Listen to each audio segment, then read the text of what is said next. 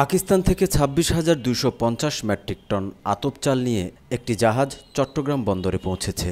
জাহাজে আসা চালের নমুনা পরীক্ষা শেষে সেগুলো খালাসের কার্যক্রম শুরু হয়েছে। শনিবার খাদ্য মন্ত্রণালয়ের জনসংযোগ কর্মকর্তা ইমদাদ ইসলামের পাঠানো সংবাদ বিজ্ঞপ্তিতে এ তথ্য জানানো হয়েছে। এতে বলা হয়, ৩১শে জানুয়ারি সম্পাদিত জি-টু-জি চুক্তির আওতায় পাকিস্তান থেকে ২৬,২৫০ মেট্রিক টন আতপ চাল নিয়ে এমভি মরিয়ম জাহাজটি চট্টগ্রাম বন্দরে পৌঁছেছে।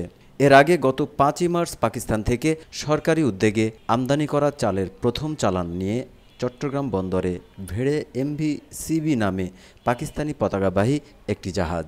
প্রথম চালানে এসেছে ২৬,২৫০ মেট্রিক টন চাল। খাদ্য বিভাগের চলাচল ও সংরক্ষণ নিয়ন্ত্রকের দপ্তর জানিয়েছে, পাকিস্তান থেকে ৫০,০০০ মেট্রিক টন আতপ চাল আমদানি নিয়ে গত ১৪ জানুয়ারি ঢাকায় সরকারি পর্যায়ে একটি সমঝোতা স্মারক সই হয়।